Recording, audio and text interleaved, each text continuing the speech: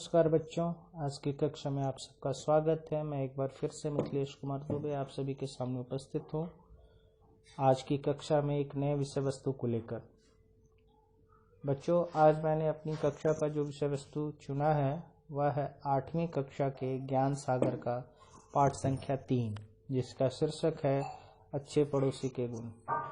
हमारे आसपास कई प्रकार के लोग रहते हैं जो हमारे पड़ोसी कहलाते हैं। उनका स्वभाव हमारे प्रति बहुत स्नेहिल भी होता है। कई बार वे ना चाहते हुए भी हमारे प्रति अच्छे या बुरे बर्ताव में शामिल होते हैं। बच्चों, एक अच्छा पड़ोसी वही होता है जो मुसीबत की घड़ी में आपका हमेशा साथ दे। वास्तविक रूप में अगर हम देखें तो अगर हम अपने समाज से लें तो हमारे समाज में कई ऐसे पड़ोसी तो हैं जो मुसीबत के समय में हमारी मदद को सदैव तत्पर रहते हैं। ऐसे लोग ही सच्चे जो पड़ोसी होते हैं। इसलिए कहा गया, विपत्ति कसौटी जे कसे ते ही साचे मीत। एक कहावत भी है कि विपत्ति के समय जो आपकी मदद करते हैं वही आपके सच्चे मित्र होते हैं, वही आपके सच्चे पड़ोसी होते हैं। तो बच्चों, हमेशा हमें अपने पड़ोसियों के साथ स्नेहिल स्वभाव रखना चाहिए। किंतु कई बार जाने अनजाने में ऐसा होता है कि हमारे जो पड़ोसी होते हैं उनके साथ हमारे मधुरतर संबंध नहीं हो पाते। वे हमारी प्रतिष्ठा से, हमारे मान सम्मान से, हमारे धन संपत्तियों से ईर्ष्या करने लग जाते हैं और उनके घर में हमारे प्रति ईर्ष्या का जन्म हो जाता है। लेकिन यहाँ पर जो लेखक हैं उनके हृदय में जो है वो ईर्ष्या नहीं है, बल्कि उनके हृदय में एक प्रकार से कह सकते हैं कि वो अपने पड़ोसी के प्रति बहुत ईमानदार हैं और उनके बहुत प्रति सचेत हैं। इस पाठ में जो है लेखक ने हमें, जिनका नाम गोपाल चतुर्वेदी जी है, उन्होंने यह बताने का प्रयास किया कि एक अच्छे पड़ोसी में क्या क्या गुण होने चाहिए और क्या लेखक के पड़ोसी अच्छे पड़ोसी होते हैं।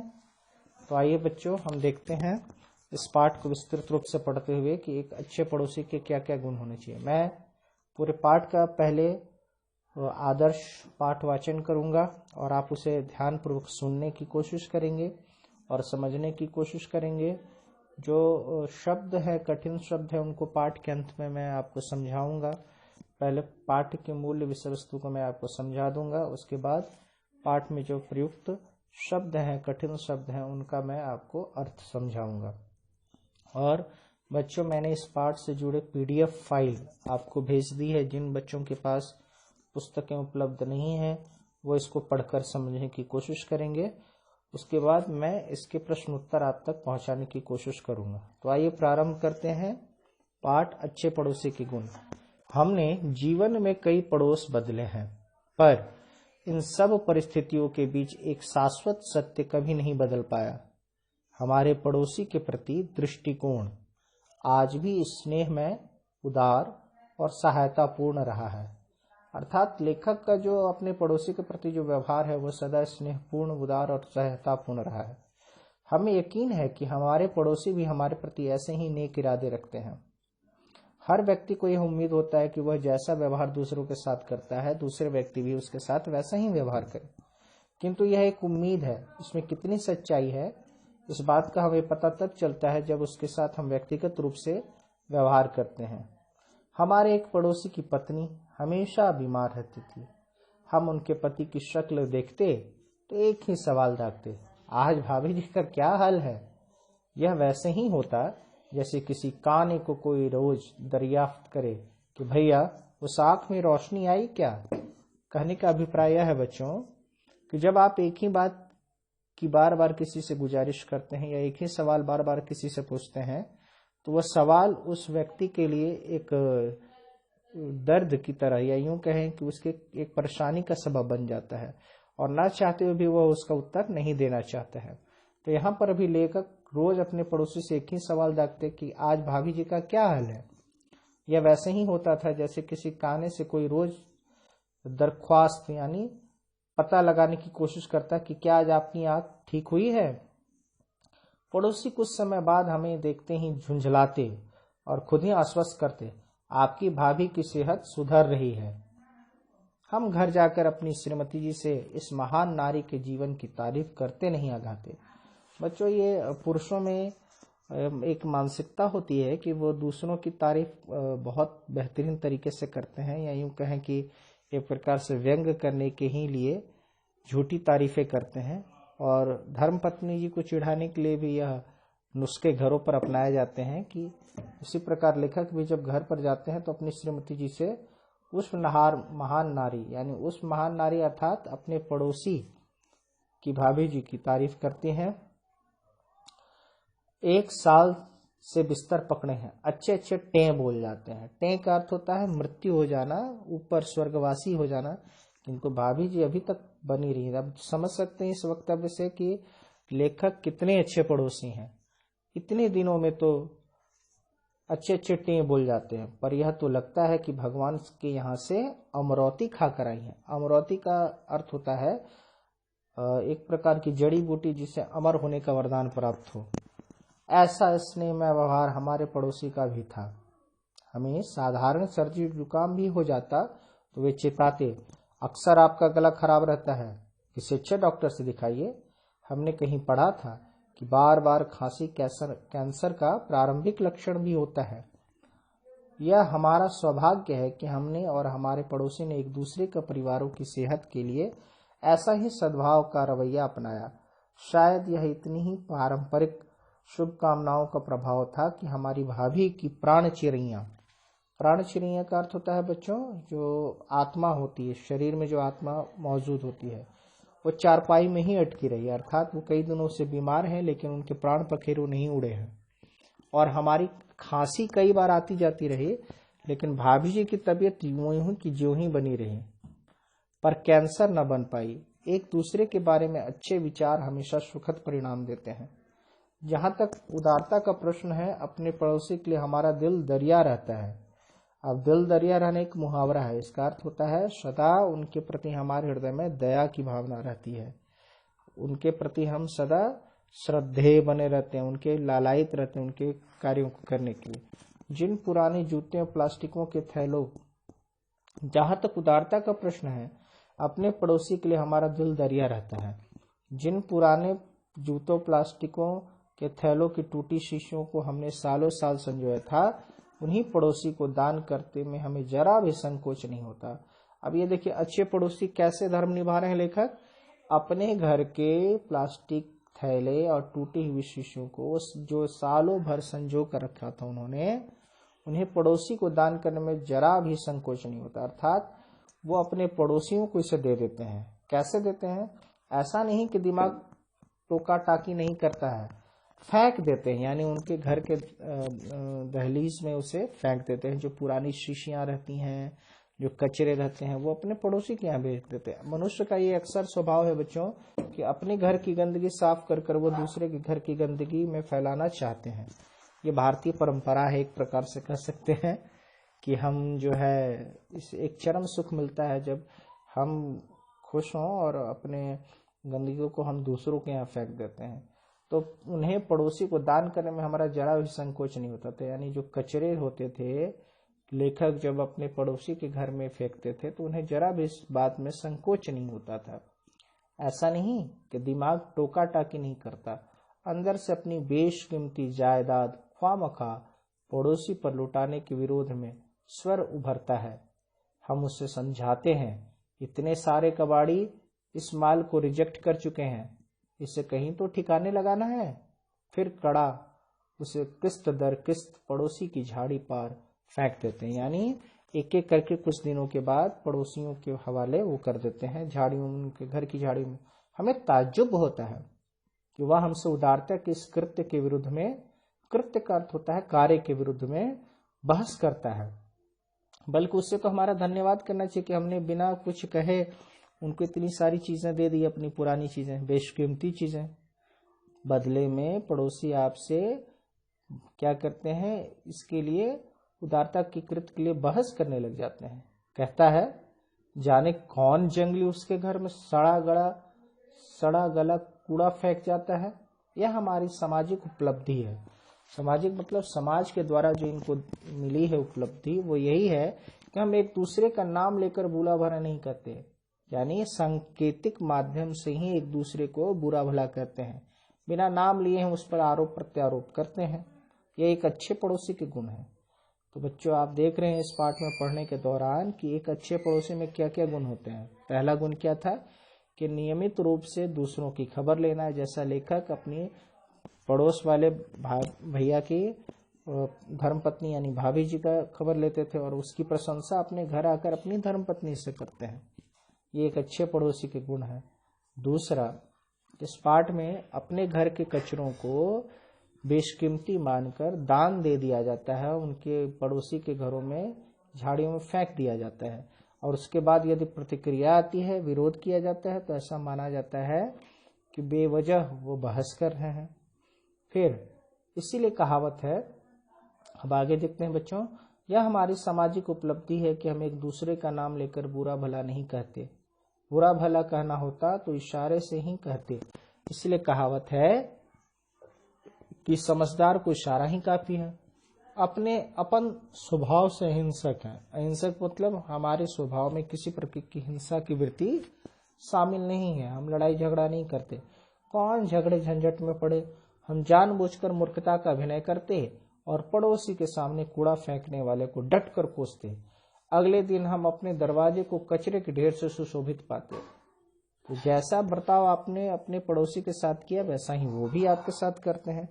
यानी आपने अपने घर के कचड़ों को अगर उनके घर में फेंक दिया है तो ना चाहते हुए भी अगले दिन आपके दरवाजे पर वो कचड़े सुशोभित होते हैं, यानी मिलते हैं। प्रतिक्रिया होती है लेकिन बिना कुछ कहे, मौन और शांत भाव से। अगले दिन हम अपने दरवाजे पर कचरे के ढेर को सुशोभित पाते हैं। हम भी पड़ोसी के उसी तीसरे गिरे हुए इंसान को हर प्रकार संक्रामक रोग लगने की बद्दुआ देते।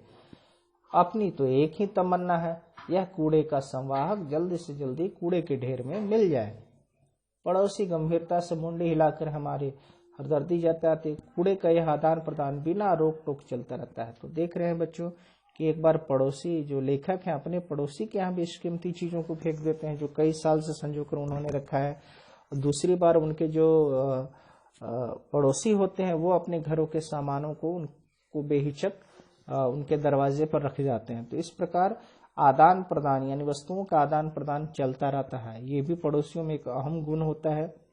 हमारे पड़ोसियों से हम बहुत कुछ चीजें बिना बोले ही ले लेते हैं और बिना बोले ही दे देते हैं। महिलाएं भी पड़ोसी धर्म निभाने में कोई कसर नहीं होती। ऐसा नहीं है कि पड़ोसी धर्म सिर्फ पुरुष वर्ग ही निभाते हैं, महिलाएं तो इसमें सर्वोत्तम गुण में होती हैं। महिलाएं भी पड़ोसी धर्म निभाने में कोई कोर कसर नहीं छोड़ती। उनका सिलसिला चीनी और चाय पत्ती से शुरू होता है। घरों में जब आपकी चीनी खत्म हो जाती है तो धर्म पत्नी जी बगल वाली भाभी जी से चीनी उधार ले आती हैं या चाय पत्ती मांग लेती हैं और एक दूसरे की साड़ी शॉल पर आकर टूट जाता है। यहाँ तक कि पहनने वाली साड़ियां और शॉल भी उधार में ली जाती हैं और प्रशंसा के पात्र बनते हैं। हमें एक दिन घर पर पड़ोसी की बेटी को एक बंडल ले जाते देखकर आश्चर्य हुआ। यानी लेखक के घर से पड़ोसी की एक बेटी जो थी वो एक बंडल ले जाते दिखी। आश्चर्य हुआ। अपने और पड़ोसी के सड़क के संबंध है। सड़क के संबंध मतलब हमारे जो बातें होती है हमेशा घरों के बजाय सड़कों पर ही होती है। अर्थात सड़क पर ही हम अपनी बातों का फैसला करते हैं, यानी बहस करते हैं और एक दूसरे पर आरोप प्रत्यारोप करके अपने सवालों का जवाब ढूंढ लेते हैं और फिर उसी में शामिल हो जाते हैं। तो महिलाएं भी पड़ोसी धर्म निभाने में कोई कोर कसर नहीं छोड़ती। उनका सिलसिला चीनी और चाय पत्ती से शुरू होता है और एक दूसरे की साड़ी शॉल पर आकर टूट जाता है। हमें एक दिन घर पर पड़ोसी की बेटी को एक बंडल लाते देखकर आश्चर्य हुआ। अपने और पड़ोसी के सड़क के संबंध है, उनमें घर में घुसना शामिल नहीं है, यानी हम न उनके घर जाते हैं और न वो हमारे घर आते हैं। उसने चहकते हुए सूचित किया, आंटी आंटी, मम्मी ने आपकी साड़ियां प्रेस करवा कर भेजी हैं। उन्होंने अपना तूश का शॉल वापस मंगाया है। अपन चकराए। अब ये तूश क्या है बच्चों? तूश के विषय में मैं आपको बता देना चाहूं कि पहाड़ी बकरे के ऊन का बनाया गया एक प्रमुख शॉल होता है तूश, जो बेशकीमती होता है, जिसकी बहुत सारे दाम होते हैं, जिसकी कीमत बहुत ज्यादा होती है। तो तूश का शॉल वापस मंगाए। अपन चकराए। अपन चकराए मतलब हम चकराए। हम पुरुष कचरा ढोने फेंकने में लगते हैं, यह साड़ी गजरा और आने जाने लगे। शॉल तो समझ में आता है, पर यह तुष क्या भला है। हम अपनी जिज्ञासा प्रकट कर पाते कि पत्नी ने लड़की को शॉल खुद पहुंचाने के वादे के साथ उसे विदा किया और अंतर्ध्यान हो गई। अंतर्ध्यान का अर्थ होता है बच्चों गायब हो जाना, छिप जाना। आई तो उनके हाथ में एक मटमैला सा कपड़ा, गर्म कपड़े का टुकड़ा था। उनके चेहरे पर संत्रास के भाव था। संत्रास मतलब गहरे दुख का, और स्वर में परेशानी। पता लगा कि पड़ोसन से उधार लिए शॉल पर चटनी के कुछ दाग लग गए हैं। हमें उसे ड्राई क्लीन करवाने का जिम्मा दिया गया। चूंकि पड़ोसी से लिया गया सामान था, इसलिए पड़ोसी को सलामत देना हमारा धर्म होता है। किंतु यह जो धर्म है, इसको सही प्रकार से निभाने के लिए हमें दूसरे की वस्तुओं का सही प्रकार से ध्यान भी रखना चाहिए। लेकिन यहाँ पर एक गलती हो गई थी। जो पड़ोसी भाभी जी से उधार लाई थी श्रीमती जी ने, लेखक की श्रीमती जी ने जो उधार शॉल लिया था तो उसका, उस पर चटनी के दाग लग गए थे और वह अब एक कपड़ा का टुकड़ा हो गया था। वह कमबख्त तुष का था। उसकी सफाई में 150 की चोट लगी और धर्मपत्नी जी का यह निवेदन था कि इसकी सफाई करवाई जाए, जिसमें 150 रुपए खर्च होने थे। इसीलिए उन्होंने कहा कि इस तुष के शॉल की सफाई कराने में 150 रुपए की खर्च लगी। अपनी आज भी तुष के बारे में सिर्फ इतनी ही जानकारी है कि वह गर्म कपड़े का एक ऐसा टुकड़ा है जिसकी धुलाई तक जेब कटती है। खरीदने में कौन जाने नाक कान कटने की नौबत तक आ जाए।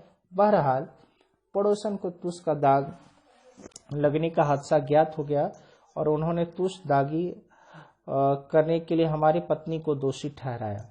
उनके अनुसार यह जानबूझकर कर दिया गया, जलन ईर्ष्यावश, क्योंकि हमारी धर्मपत्नी के पास नहीं था। इसीलिए पड़ोसी भाभी ये समझती थी कि हमारी धर्मपत्नी जी ने यह जानबूझकर उस शॉल पर दाग लगाया है और अपराध किया है। इसलिए वो दाग लगने का हादसा ज्ञात हुआ तो तुष दागी करने के लिए हमारी पत्नी को दोषी ठहराया। उनके अनुसार यह जानबूझकर किया गया अपराध था, जिसकी जड़ में जलन और स्पर्धा की भावना थी। महिलाओं में यह गुण सर्वोत्तम होता है बच्चों। अगर आपके पड़ोसी में कोई चाची जी, भाभी जी, दादी जी कोई नए वस्त्र पहन कर आए तो हमारे घर की जितनी महिलाएं होती हैं उनकी प्रबल इच्छा होती है कि वैसे ही सामान, वैसी ही वस्तु उनके पास हो। चाहे वो फ्रिज हो, कूलर हो, एसी हो, महंगे शॉल हो, साड़ियाँ हो, वस्त्र हो या विभिन्न वस्तुएं हों। अगर आपके पड़ोसी में ये आ गए हैं, पड़ोसियों ने ले लिए हैं, तब तो बहरहाल आपको किसी न किसी रूप से अपने घर में लाना ही होगा। अन्यथा आपको घर में प्रवेश करने पर विभिन्न प्रकार के बमबारियों से एक प्रकार का सामना करना पड़ेगा। तो ठीक उसी प्रकार जब लेखक की पड़ोसी जो थी भाभी जी, वो उनकी लेखक की धर्मपत्नी पर यह आरोप लगाती हैं कि उन्होंने जानबूझकर और उस तुष के शॉल, जो महंगी शॉल थी, उस पर चटनी गिराया और उसे बर्बाद कर दिया। और यह एक गहरा अपराध है क्योंकि इसके पीछे उनकी ईर्ष्या और स्पर्धा थी। पत्नी के रुख से हमारे पड़ोसी और पत्नी जिसकी जड़ में जलन और स्पर्धा की भावना थी, उन्होंने आरोप लगाया कि उनके शुद्ध महंगी चाय की पत्ती के बदले हमारे घर में चाय की पत्ती के नाम पर उसका चूरा उन्हें मांगने पर मिलता है। अब देखिए बात की खाल निकालना, यानी पहले जो घटनाएं घटी हैं उसको कुरेद कर वो जो मन के भीतर जो संतरास रहता है वो किसी रूप में बाहर आ जाता है बच्चों।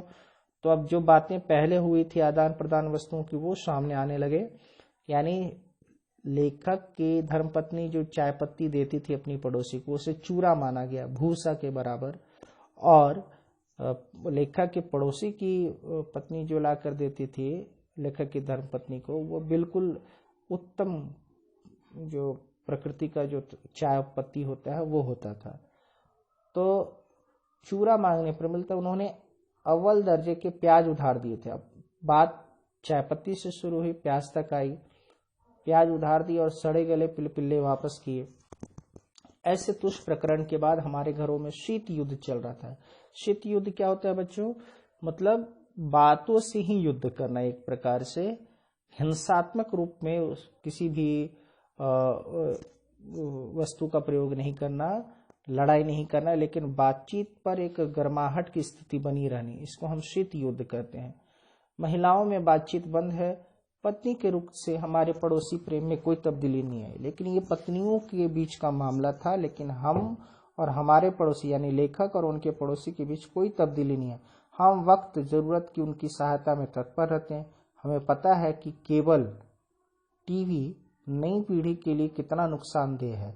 इसका दुष्प्रभाव बच्चों की पढ़ाई पर तो पड़ता ही है, उसकी नज़र भी कमज़ोर होती है।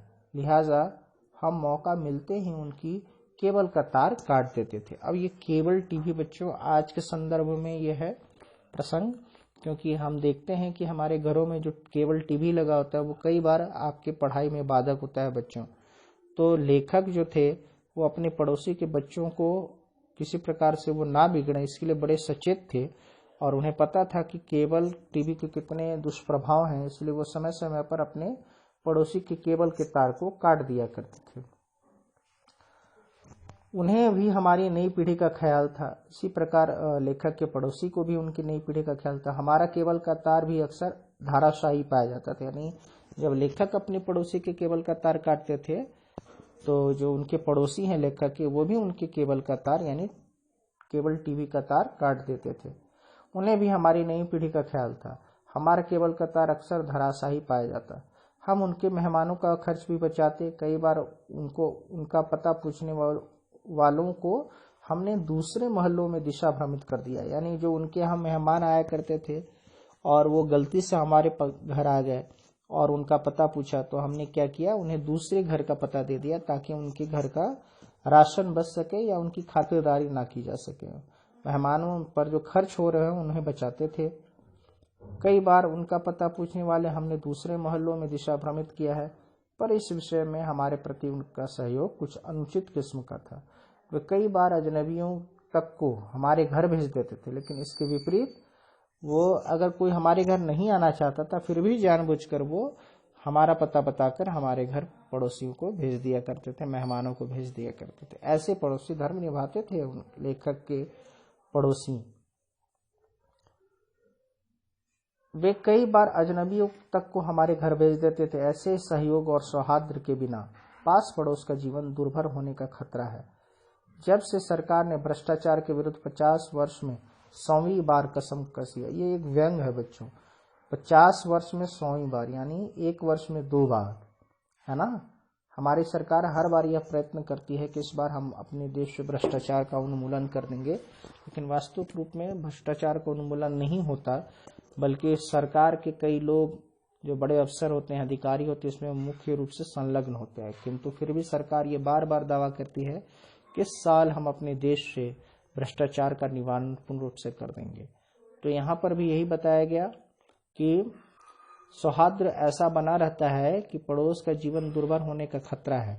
जब से सरकार ने भ्रष्टाचार के विरुद्ध 50 वर्ष में 100वीं बार कमर कसी यानी तैयारी की है, हम पड़ोसी के घर हर दिवाली नए साल के मौके पर भेंट मिठाई लाने वालों के सीबीआई एजेंट होने की चेतावनी देना नहीं भूलते हैं। यानी जब से सरकार इसके प्रति सचेत हुई है, तो जो पड़ोसी के यहाँ नए साल के मौके पर या दीपावली के अवसर पर जो भेंट मिठाई आती थी, तो उन्हें बार बार लेखक जो डराते थे कि कहीं आपके यहाँ सीबीआई का छापा ना पड़ जाए, क्योंकि आप मिठाई मूल रूप से मिठाई नहीं ग्रहण कर रहे हैं, भेंट नहीं ग्रहण कर रहे हैं, बल्कि घूस ले रहे हैं। और बार बार वो चेतावनी देते थे अपने पड़ोसियों को।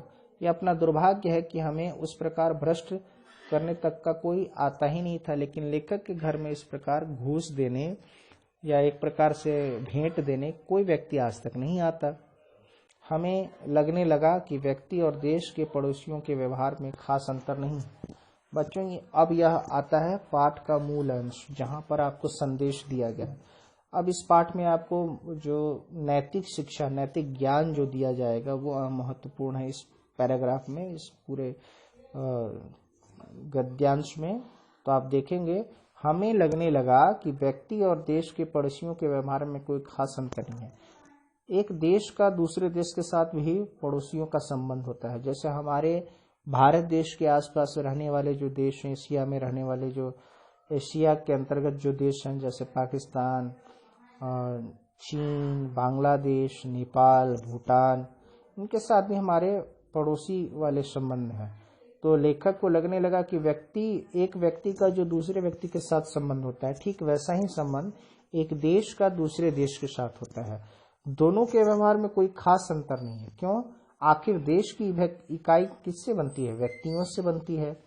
यानी व्यक्ति से ही समाज बनता है, समाज से ही देश बनता है और देशों से ही जो होते हैं पूरे समूह बनता है देशों का।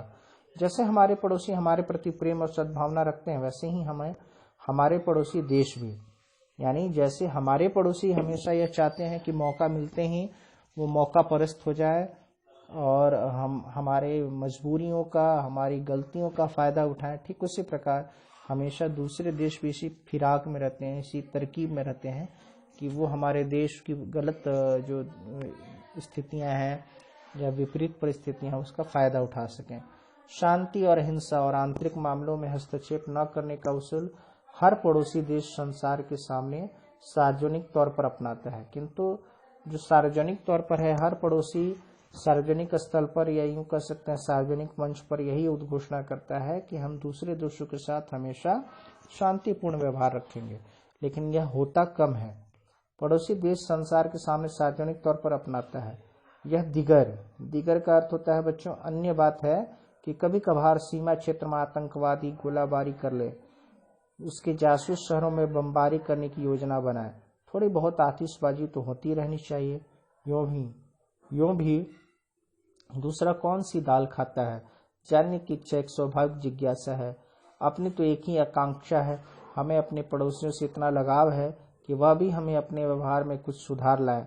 ताली एक हाथ से नहीं बजती है, दोनों हिल मिलकर अमन चैन से रहें। यानी अच्छे पड़ोसियों के गुण जो बताए गए हैं, चाहे वो देश के स्तर पर हो या व्यक्तिगत स्तर पर, हमें हमेशा अपने देश के प्रति ईमानदार होना चाहिए, यानी अपने पड़ोसियों के प्रति भी ईमानदार होना चाहिए, उनके साथ मधुरतम संबंध रखने चाहिए और कोशिश करनी चाहिए कि किसी भी रूप में हम उन्हें हिंसा या ठेस ना पहुंचाएं, उन्हें दुख ना पहुंचाएं, उन पर किसी प्रकार का हिंसात्मक कार्रवाई ना करें। एक देश का दूसरे देश के प्रति पड़ोसी धर्म भी होता है और एक व्यक्ति का दूसरे व्यक्ति के प्रति भी पड़ोसी धर्म होता है, लेकिन कहते हैं ना कि इंसान की प्रवृत्ति और उसकी प्रकृति कभी नहीं बदलती। इसलिए एक अच्छा पड़ोसी वही होता है जो अपने हित के साथ दूसरे के हित की चिंता करे, अपने घर की चिंता के साथ साथ वो दूसरों की भलाई की भी चिंता करे और जरूरत पड़ने पर बेहिचक बिना किसी संकोच के वो एक दूसरे की मदद करे। तो बच्चों देखा आपने इस पाठ में लेखक कैसे थे और उनके पड़ोसी कैसे थे। अब ये आपको निर्णय करना है कि क्या लेखक अच्छे थे या उनके पड़ोसी अच्छे थे और उन दोनों के गुणों में क्या विशेषताएं थी। तो बच्चों इस पाठ को फिर से आप एक बार पढ़ेंगे और मुझे उम्मीद है कि पढ़ने के साथ यह पाठ आपको और बेहतरीन तरीके से समझ में आ जाएगा। तो आज की कक्षा के लिए इतना ही। अब अगली कक्षा में मैं जो है आपको जो इस पाठ से जुड़े जो है विभिन्न प्रकार के शब्दार्थ को अभी मैं बता रहा हूं और इससे जो जुड़े प्रश्न उत्तर हैं उसे मैं अगली कक्षा में आप तक पहुंचाने की कोशिश करूंगा। तो बच्चों सबसे पहला जो शब्द है जिस पाठ का वह है दरियाफ्त। ये उर्दू का शब्द है जिसका अर्थ होता है पता लगाना। दूसरा है अघाते। अघाते शब्द का होता है थकना। किसी काम को करते हम अघाते नहीं, इसका वाक्य में जब आप प्रयोग करते हैं तब आपको स्पष्ट हो जाता है।